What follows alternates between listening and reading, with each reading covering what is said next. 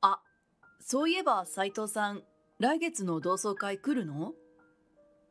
久しぶりに会った高校の同級生にそう言われて、私は思わずビクッと体を震わせて固まってしまった。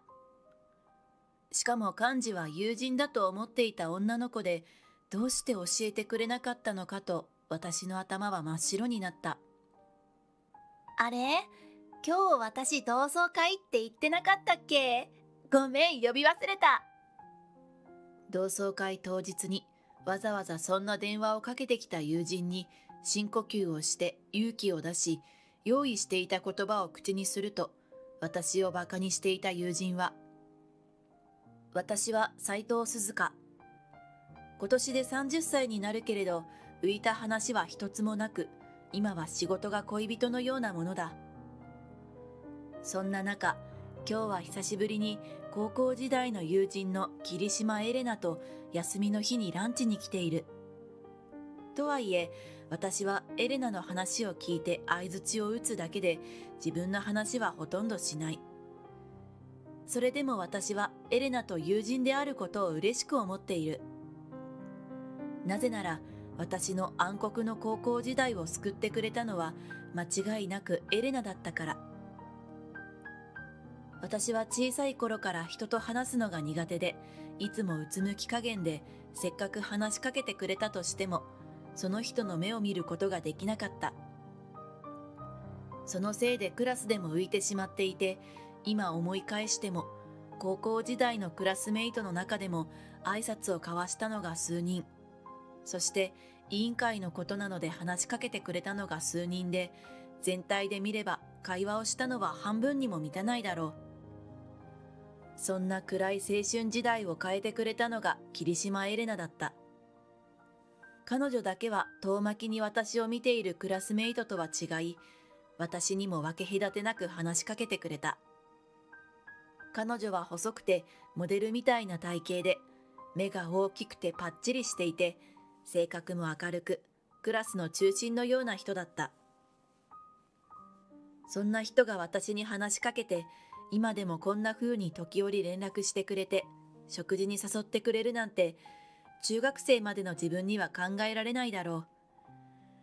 エレナは基本的に仕事の愚痴を話すことが多いけれど、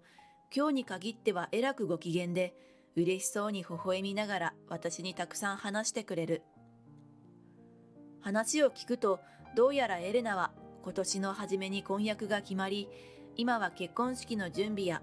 結婚指輪選びにといろいろ忙しくしているようで、幸せオーラ全開だった。でね、やっぱりこのブランドの婚約指輪に決めたの。こっちの結婚指輪を重ね付けしたら最高だと思わない？てか、鈴鹿も早く結婚しなよ。どっかにいい人いないわけ？私は珍しくエレナから話を振ってくれたことが嬉しくて、実は最近仕事でと話し出そうとすると、エレナはすぐに私の話を遮って、仕事ばっかじゃいつまでも結婚できないからねとからかうように笑う。まあこれもいつものパターンで、話を振ってくれたからといって聞いてくれるわけではない。しかも今は自分の幸せでいっぱいで、それを話したくて仕方ないのだろうけれど、本当は少し残念に思っていた。エレナちゃんにはちゃんと聞いてほしかったんだけどな。私は最近仕事で大きな決断をして、今はその準備に追われていて、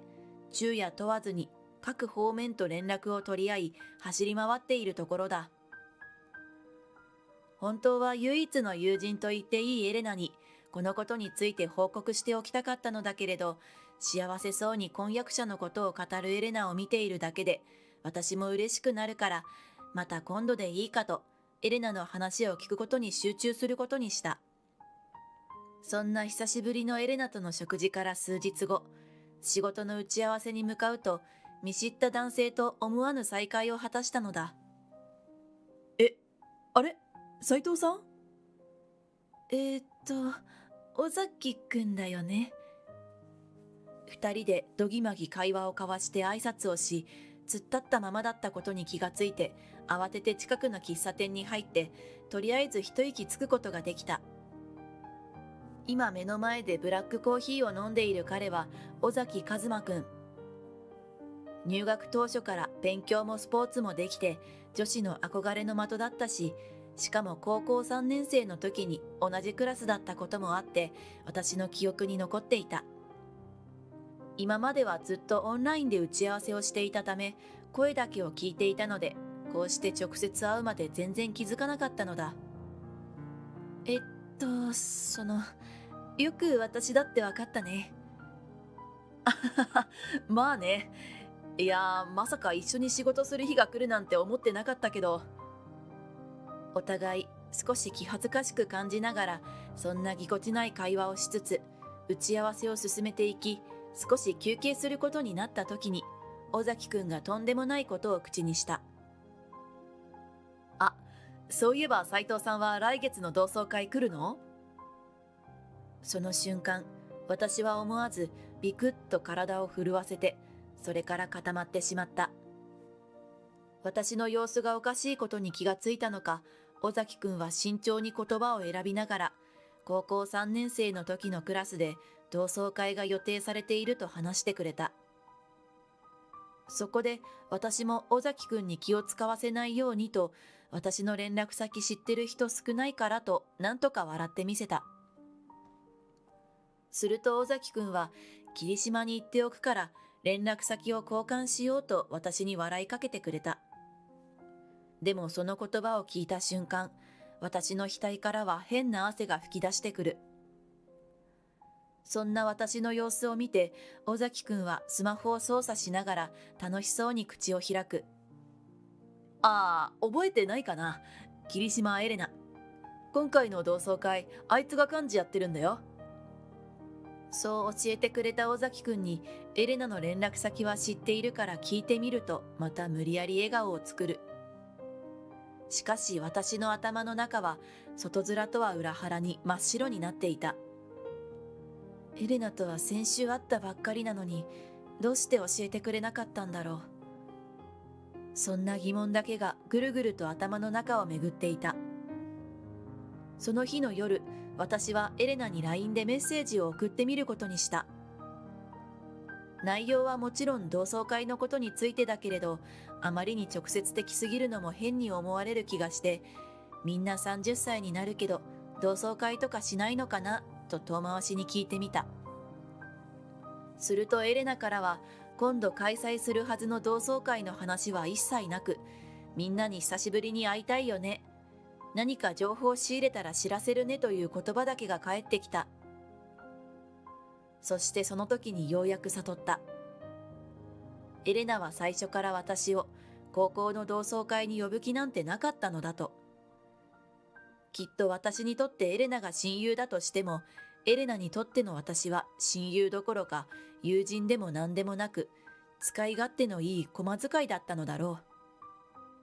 う。思えば高校時代もクラスのみんながいる前では話しかけられたことはなかったし、卒業してからも食事に誘ってくれるのはエレナだったけれど、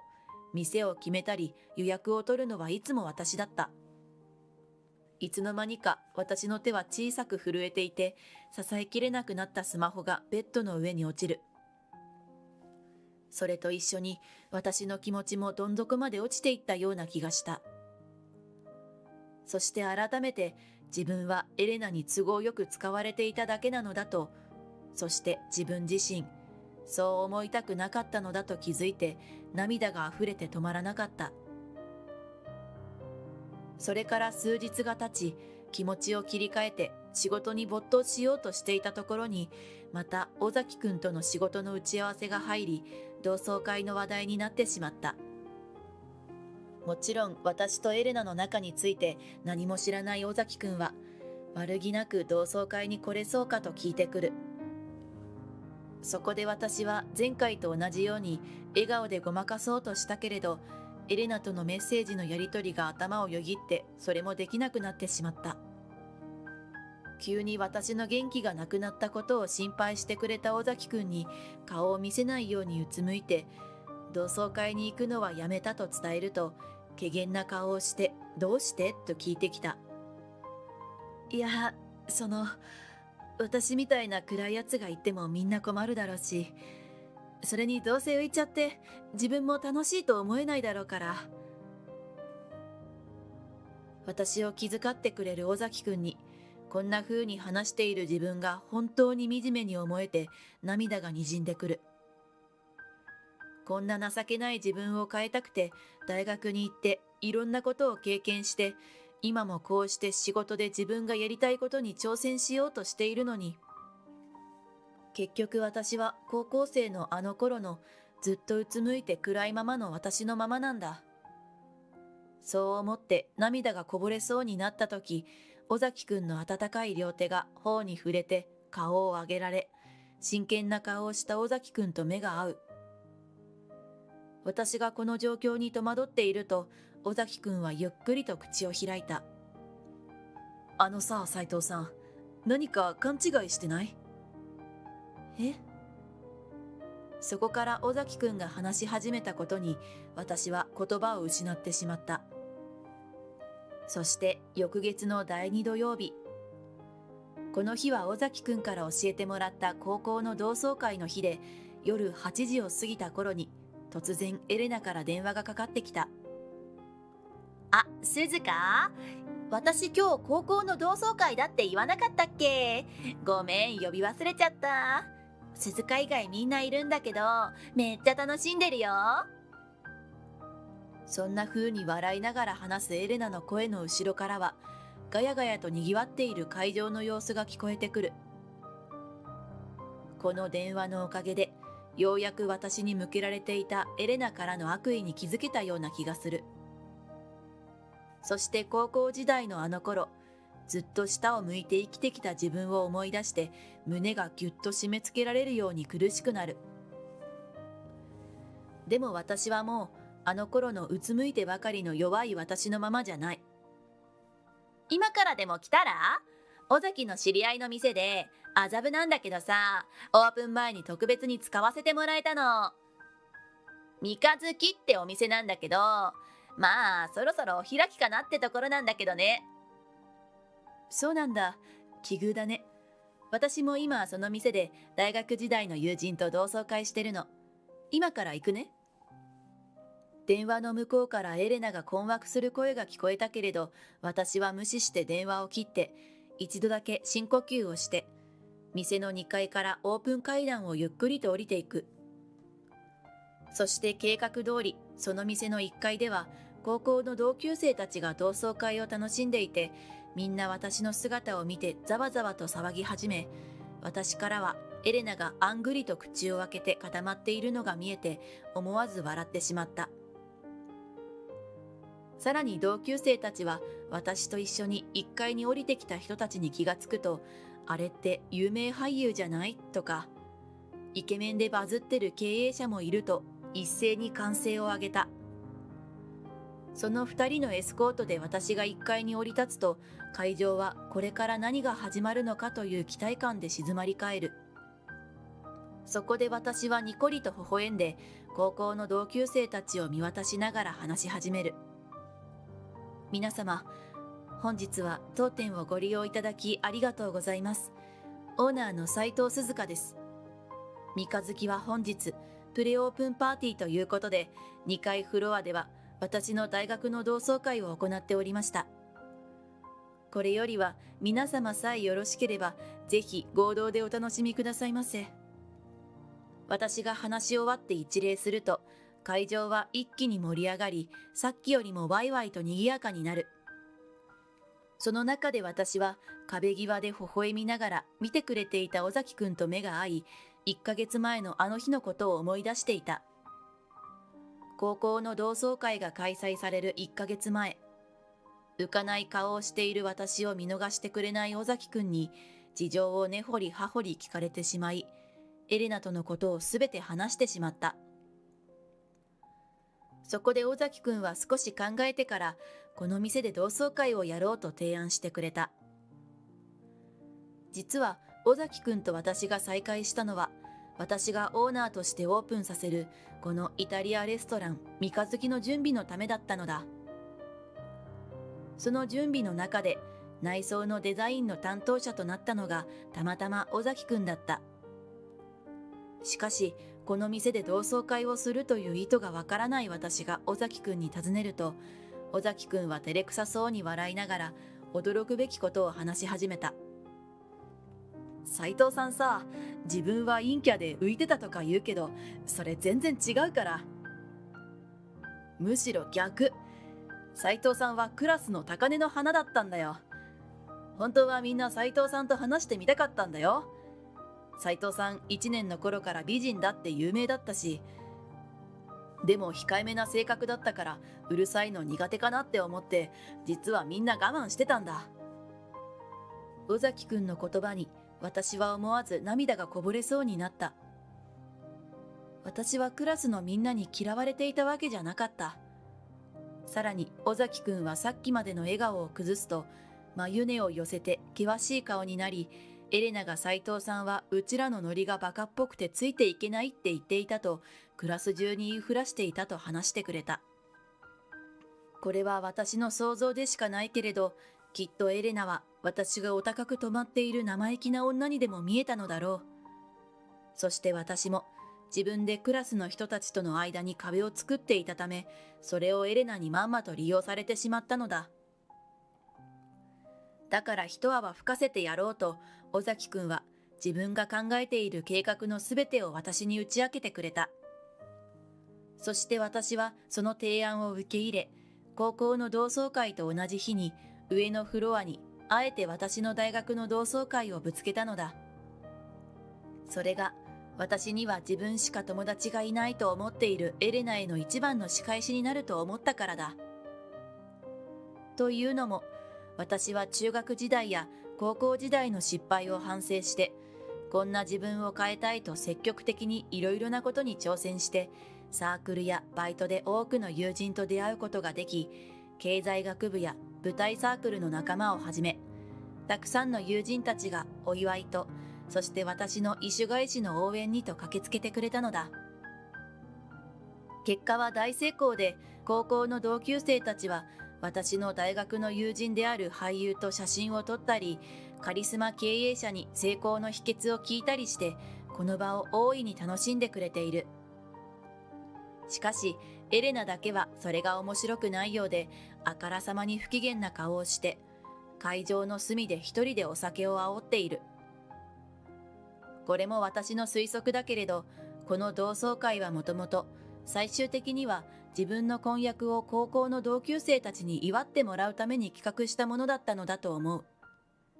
そして最後の最後にそれを華々しく発表するつもりだったのに、そんな主役の場を私に奪われたのだから相当腹が立っていることだろう。でもそんなエレナには実はもう一つ最悪のイベントが待っている。実はこの後、幹事であるエレナの補佐をしていた尾崎くんが、エレナが同窓会費をみんなから多く回収して、残ったお金を自分のものにしようとしていることに気がついて、その悪事を証拠とともにみんなの前で暴露することになっている。